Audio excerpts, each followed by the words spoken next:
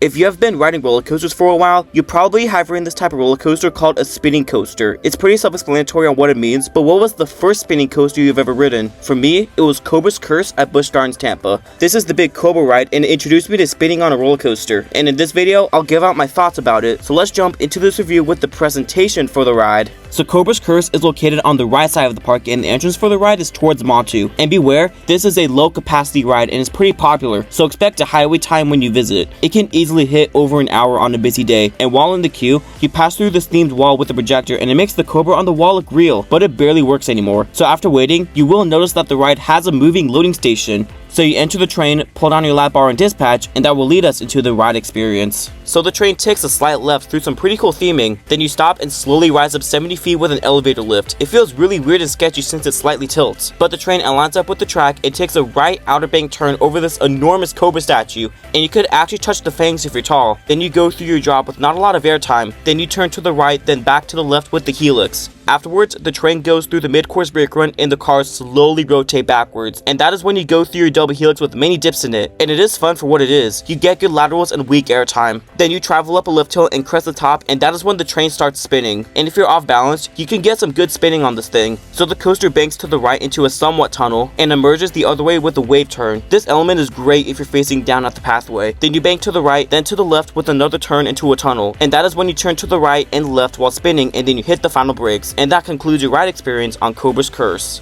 And I think Cobra's Curse is a solid but short ride, with the theming and some bits of the layout make you unique. But it's not my favorite family coaster at Busch Gardens, Tampa. That honor goes to Cheetah Hunt, but I'm not getting into the debate of whether that is a family or thrill coaster. But back to Cobra's Curse, I will also mention the restraints are very comfortable, and the train design is different from any other Mack spinner. And this had a longer line when I visited the park when I haven't been on this or Cheetah Hunt yet. So Cheetah Hunt became coaster credit number 49, and this became coaster credit number 50. At least it's unique, but I slightly regret riding Cheetah Hunt first. So for Cobra's Curse's final score, I'm giving it a 5 out of 10. It's okay overall, but it's a pretty good family coaster. The layout is wacky, but the best parts of the ride are the backwards double helix, the spinning portion, and the first drop. Everything else is very tame. But if you're a kid and visiting Busch Gardens soon, I recommend riding it. But if you're an adult and want all the credits, go ahead and get your +1. So I want to hear from you guys. What are your thoughts on Cobra's Curse, if you've ridden it or not? And if you enjoyed this review of Cobra's Curse, make sure to give it a like. The channel's goal for this year is to reach 700 subscribers before New Year's Day of 2026, aka next year. And it would be greatly appreciated if you support us, but it's up to you. And you can expect a new video coming out in the next 5 days. And keep that adrenaline pumping, and thanks for watching.